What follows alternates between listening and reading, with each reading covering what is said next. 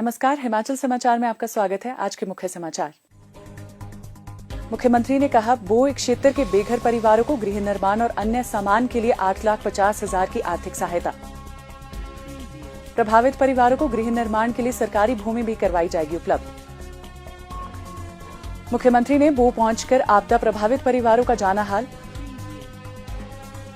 मुख्यमंत्री ने कहा, डॉक्टर राजेंद्र प्रसाद चिकित्सा महाविद्यालय टांडा में बढ़ेंगी चिकित्सकों की 100 पीजी सीटें। सरकारी स्कूलों, स्वास्थ्य सेवाओं और व्यवस्था परिवर्तन से आत्मनिर्भर हिमाचल की दिशा में बढ़ रही प्रदेश सरकार। बड़ों में मिनी सचिवालय, पुलिस चौकी को पुलिस थाना तथा सेरा थाना में हेल्थ सेंटर को स्तरोन्नत कर पीएचसी बनाने की घोषणा।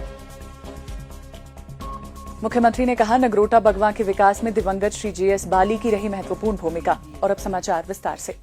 मुख्यमंत्री ठाकुर सुखविंदर सिंह सुक्खू ने रविवार को शाहपुर विधानसभा क्षेत्र के बोह में बादल फटने की घटना से प्रभावित क्षेत्रों का दौरा कर राहत एवं पुनर्वास कार्यों का जायजा लिया। इस दौरान उन्होंने राजकीय वरिष्ठ माध्यमिक विद्यालय बोह में स्थापित राहत शिविर का निरीक्षण किया तथा वहां ठहराए गए प्रभावित परिवारों से मुलाकात कर उनका कुशलक्षेम जाना। मुख्यमंत्री ने कहा कि जिन परिवारों के घर इस आपदा में पूरी तरह नष्ट हो गए हैं, उन्हें मकान निर्माण के लिए 7,50,000 की आर्थिक सहायता प्रदान की जाएगी। 1 लाख रुपया उसके जो घर के अंदर के जो वस्तुएं हैं, पलंग है, बर्तन है, कपड़े हैं, 1 लाख रुपया और देने की घोषणा करता हूं। मैं 8.5 लाख रुपया आप लोगों को देने की घोषणा करता हूं। दूसरा, आपको जहां जगह नहीं है और कोई जगह लेना चाहता है, मैं डिप्टी कमिश्नर साहब को कहूंगा, केवल पठानिया जी को कहूंगा कि सरकारी जगह है तो कम से कम मकान बनाने के लिए जो वहां घरों में नहीं बसना चाहते हैं उतनी जगह इनको जरूर उपलब्ध करवा दी जाए। जिसके घर में पानी घुस गया और नुकसान हुआ है, वहाँ पहले 5,000 रुपया मिलता था, उसको भी मैं 1 लाख रुपया देने की घोषणा करता हूँ। जिसकी गाय की जो मृत्यु हो चुकी है उसके लिए मैं 55,000 रुपया देने की घोषणा करता हूँ। और जो बकरी है, अभी मैं पूछ रहा था बकरी वाले को बुलाकर कि कितने पैसे देने चाहिए, उसने कहा 9-10 हजार रुपया दे रहा है। मैं जानता हूँ पालते हैं, जब आप बड़ा खर्चा आता है। जिसकी भी एक बकरी मर गई है उसको मैं 15,000 रुपया देने की घोषणा करता हूँ। जिसकी दुकान में सामान नहीं है, पूरी तरह बह गई है और दुकान चलाता था, तो उसके दुकान के लिए भी हम 50,000 रुपए से 1 लाख रुपया देने की घोषणा करता हूँ। जो फिश फार्म में काम करते थे जिसके कारण इनको नुकसान हुआ, उसके लिए मैं अलग से 1 लाख रुपया देने की घोषणा करता हूँ, ताकि वो दोबारा से जब वो बिजनेस स्टार्ट करेगा, अगर 20 लाख रुपया करेगा तो 14 लाख रुपया हिमाचल प्रदेश की सरकार उसको सब्सिडी के तौर पर देगी। इसकी मैं आपको घोषणा करता हूँ। उन्होंने कहा कि जिन किसानों के फसलों को नुकसान पहुंचा है, उन्हें 5,000 प्रति कनाल के हिसाब से मुआवजा दिया जाएगा। जिन परिवारों को अस्थायी रूप से किराए के मकान में रहना पड़ेगा, उन्हें 5,000 प्रति माह किराया सहायता प्रदान की जाएगी। इसके अतिरिक्त प्रभावित परिवारों को 6 माह का राशन भी निःशुल्क उपलब्ध करवाया जाएगा। इस अवसर पर मुख्यमंत्री ने रिड कमार प्राथमिक स्वास्थ्य केंद्र को सामुदायिक स्वास्थ्य केंद्र में स्तरोन्नत करने की घोषणा भी की। मुख्यमंत्री ने कहा कि वर्ष 2023-24 की आपदा के दौरान प्रदेश में 23,000 से अधिक घर क्षतिग्रस्त हुए थे और लगभग 500 बहुमूल्य जीवन गंवाए थे। प्रदेश सरकार ने 75,000 से अधिक लोगों का सुरक्षित रेस्क्यू किया था, जिसकी सराहना नीति आयोग और विश्व बैंक ने भी की थी। मुख्यमंत्री ने प्रभावित परिवारों की समस्याओं और आवश्यकताओं को गंभीरता से सुना तथा उन्हें आश्वस्त किया कि प्रदेश सरकार आपदा की इस घड़ी में उनके साथ मजबूती से खड़ी है। उन्होंने कहा कि किसी भी प्रभावित परिवार को स्वयं को अकेला महसूस करने की आवश्यकता नहीं है। राज्य सरकार प्रत्येक प्रभावित परिवार को हर संभव सहायता उपलब्ध करवाने के लिए प्रतिबद्ध है तथा राहत एवं पुनर्वास कार्यों में किसी भी प्रकार की कमी नहीं आने दी जाएगी। मुख्यमंत्री ने कहा कि प्राकृतिक आपदाएं हिमाचल प्रदेश के लिए लगातार गंभीर चुनौती बनती जा रही है। ऐसे में राज्य सरकार केवल राहत कार्यों तक सीमित नहीं है, बल्कि भविष्य में होने वाले नुकसान को कम करने के लिए दीर्घकालिक योजनाओं पर भी कार्य कर रही है। उन्होंने कहा कि प्रदेश में लगभग 3,500 करोड़ रुपए की लागत से आपदा रोधी आधारभूत ढांचे के विकास का निर्णय लिया गया है, ताकि प्राकृतिक आपदाओं के प्रभाव को कम करते हुए जनधन की सुरक्षा सुनिश्चित की जा सके। उन्होंने कहा कि हिमाचल प्रदेश के इतिहास में पहली बार राज्य सरकार ने आपदा राहत नियमों में संशोधन करते हुए प्रभावित परिवारों को दी जाने वाली सहायता राशि में उल्लेखनीय वृद्धि की है। इसके अतिरिक्त संकट की घड़ी में प्रभावित परिवारों को शीघ्र आर्थिक सहायता उपलब्ध करवाने के उद्देश्य से विशेष आपदा राहत कोष का भी गठन किया गया है। मुख्यमंत्री ने कहा कि प्रभावित परिवारों को तत्काल राहत प्रदान करते हुए 25 परिवारों को 25-25 हजार रुपए तथा 16 अन्य परिवारों को 10-10 हजार रुपए की अंतरिम सहायता राशि जारी की गई है। अब तक 13 राजस्व प्रमाण पत्र तैयार किए जा चुके हैं तथा प्रभावित परिवारों को बोनाफाइड प्रमाण पत्र जारी किए जा रहे हैं। इसके अतिरिक्त शैक्षणिक प्रमाण पत्रों के पुनर्निर्माण की प्रक्रिया भी प्रारंभ कर दी गई है। प्रभावित परिवारों के स्थायी पुनर्वास के लिए उपयुक्त भूमि चिन्हित करने का कार्य भी युद्ध स्तर पर जारी है। मुख्यमंत्री ने राहत एवं बचाव कार्यों में लगे जिला प्रशासन, पुलिस, एनडीआरएफ, एसडीआरएफ, भारतीय सेना, स्थानीय जनप्रतिनिधियों, स्वयंसेवी संस्थाओं तथा स्थानीय लोगों के प्रयासों की सराहना करते हुए कहा कि सभी के सामूहिक सहयोग से राहत कार्यों को गति मिली है। इस आपदा में घुड़घू, भंगार और सपेड़ा गांव के कुल 25 परिवार प्रभावित हुए हैं। इनमें घुड़घू गांव के 11 मकानों में रह रहे 18 परिवारों के 52 सदस्य, भंगार गांव के 1 मकान में रह रहे 3 परिवारों के 16 सदस्य तथा सपेड़ा गांव के 4 मकानों में रह रहे 4 परिवारों के 16 सदस्य प्रभावित हुए हैं। सुरक्षा को सर्वोच्च प्राथमिकता देते हुए सपेड़ा गांव के 13 मकानों को डेंजर जोन घोषित किया गया है। मुख्यमंत्री ठाकुर सुखविंदर सिंह सुक्खू ने आज जिला कांगड़ा के नगरोटा बगवा में आयोजित बाल मेले में बतौर मुख्य अतिथि शिरकत की। इस अवसर पर मुख्यमंत्री ने कहा कि प्रदेश सरकार सरकारी स्कूलों में गुणवत्तापूर्ण शिक्षा उपलब्ध करवाने के लिए व्यापक स्तर पर सुधार कर रही है। सरकारी स्कूलों में बच्चों ने पढ़ना छोड़ दिया था।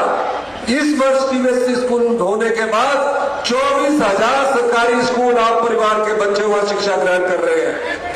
आप याद रखना, ये जो सीबीएसई स्कूल और शिक्षा में हम परिवर्तन करने जा रहे हैं, 2-4 साल की बात है। इन स्कूलों में एडमिशन लेना भी बहुत मुश्किल हो जाएगा। ये मैं कहना चाहता हूं क्योंकि हम इतने अच्छे स्कूल बनाने जा रहे हैं। हेल्थ सेक्टर, जो आपका हेल्थ सेक्टर है टांडा में, आप जानते हैं अभी तक यहां एसआरसी की क्लासें नहीं हुआ करती थी। कोई भी मेडिकल कॉलेज जो है वो पीजी और एसआर के सहारे चलता है। पिछले 40 साल में जहां पीजी की 270 सीटें हैं, इस बार केवल टांडा में हम पीजी की 100 सीटें बढ़ाने जा रहे हैं। 330 सीटें पूरे हिमाचल प्रदेश के मेडिकल कॉलेज में बढ़ाने जा रहे हैं। हिमाचल प्रदेश की जनता 1,000 करोड़ रुपए का इलाज बाहर करवाती है। क्यों करवाती है? क्योंकि उसके साधन जो है वो बड़े सीमित करके हमने उसको स्टडी किया और लोगों की भावनाओं के अनुरूप जब हमने पाया कि बदलाव की जरूरत है, मेडिकल कॉलेज में व्यवस्था परिवर्तन की जरूरत है, 19 साल पुराने एक्सरे एमआरआई की मशीनों को बदलकर जो एम्स दिल्ली में मशीनें लगी है वो टाटा कॉलेज में लगा दी गई है। आने वाले समय में आप देखेंगे कि मेडिकल कॉलेज में किस प्रकार से हम स्वास्थ्य क्षेत्र में क्रांतिकारी बदलाव आ रहे हैं। उन्होंने कहा कि हिमाचल सरकारी क्षेत्र में रोबोटिक सर्जरी शुरू करने वाला देश का पहला राज्य बन गया है। इसके साथ ही सरकार अस्पतालों को विश्व स्तरीय चिकित्सा सुविधाओं से लैस कर रही है। सभी राजकीय चिकित्सा महाविद्यालयों में 3 टेस्ला एमआरआई मशीनें स्थापित की जा रही हैं। आईजीएमसी शिमला और एआईएमएसएस चमियाना में यह सुविधा उपलब्ध करवा दी गई है। वहीं जिला एवं क्षेत्रीय अस्पतालों में 1.5 Tesla MRI, PET scan, CT scan तथा आधुनिक कैंसर उपचार प्रणाली स्थापित की जा रही है। मुख्यमंत्री ने कहा कि प्रदेश सरकार ने कर्मचारियों से किया गया वायदा निभाते हुए पुरानी पेंशन योजना को लागू किया है। सरकारी कर्मचारियों को ओल्ड पेंशन स्कीम पहले ही कैबिनेट में दी। जितने सरकारी कर्मचारी है, रोज चिट्ठी आ जाती है कि यूपीएस में जाओ। भारतीय जनता पार्टी के नेता यहां आकर कह गए कि हमारी नीति बरकरार है, हम ओल्ड पेंशन स्कीम में वापस नहीं जाएंगे, हम एनपीएस में जाएंगे। मैंने कहा कि आप हमारा जितना मर्जी गला खोल लीजिए, सरकारी कर्मचारियों को पीएस देने के कारण उन्होंने 1600 करोड़ रुपया हमारा बंद कर दिया। हम उस चुनौती का भी सामना कर रहे हैं। मुख्यमंत्री ने कहा कि पिछली सरकार के कार्यकाल में हुए कथित भ्रष्टाचार और सरकारी संपत्तियों के मामले की निष्पक्ष जांच के लिए सरकार आवश्यक कदम उठाएगी। उन्होंने कहा कि आगामी मंत्रिमंडल बैठक में इस संबंध में व्हाइट पेपर कमेटी के गठन पर निर्णय लिया जाएगा ताकि तथ्यों को जनता के सामने लाया जा सके। उन्होंने कहा कि प्रदेश सरकार कांगड़ा जिला के संतुलित और तीव्र विकास के लिए प्रतिबद्ध है। सरकार ने धर्मशाला में पर्यटन निगम के कार्यालय के साथ ही रेरा और राज्य पिछड़ा वर्ग आयोग के कार्यालय स्थानांतरित किए हैं। धर्मशाला में विभिन्न सरकारी संस्थानों को सशक्त किया जा रहा है तथा कांगड़ा हवाई अड्डे के विस्तार का कार्य भी प्राथमिकता के आधार पर किया जा रहा है। उन्होंने कहा कि सरकार का लक्ष्य वर्ष 2032 तक हिमाचल प्रदेश को आत्मनिर्भर, समृद्ध और देश का अग्रणी राज्य बनाना है। व्यवस्था परिवर्तन के माध्यम से प्रदेश को विकास की नई ऊंचाइयों तक पहुंचाने के लिए सरकार लगातार नीतिगत निर्णय ले रही है। इस अवसर पर ठाकुर सुखविंदर सिंह सुक्खू ने बड़ोह में मिनी सचिवालय खोलने, बड़ोह पुलिस चौकी को पुलिस थाना तथा सेरा थाना में हेल्थ सेंटर को स्तरोन्नत कर पीएचसी बनाने की घोषणा की। मुख्यमंत्री ने दिवंगत श्री जीएस बाली को श्रद्धापूर्वक याद करते हुए कहा कि प्रदेश, विशेषकर नगरोटा बगवा के सर्वांगीण विकास में उनका योगदान अविस्मरणीय रहा है। इसके उपरांत कांगड़ा एयरपोर्ट पर टैक्सी ऑपरेटर यूनियन के प्रतिनिधिमंडल ने मुख्यमंत्री से भेंट की। मुख्यमंत्री ने उन्हें हर संभव सहायता का आश्वासन दिया। इस अवसर पर मुख्यमंत्री ने नगरोटा बगवा में 8 करोड़ 56 लाख रुपए की लागत से बनने वाले मॉडल पुलिस स्टेशन एवं पुलिस आवास, 9 करोड़ 62 लाख रुपए की लागत से बनने वाले ओल्ड एज होम तथा 8 करोड़ 65 लाख रुपए की लागत से बनने वाले ऑडिटोरियम की आधारशिला भी रखी।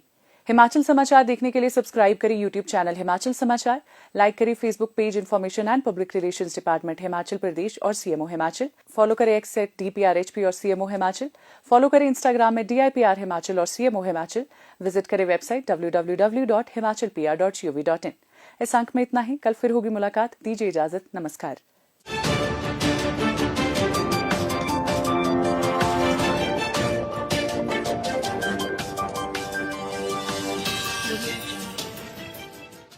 www.himachalpr.gov.in। इस अंक में इतना ही, कल फिर होगी मुलाकात। दीजिए इजाजत, नमस्कार।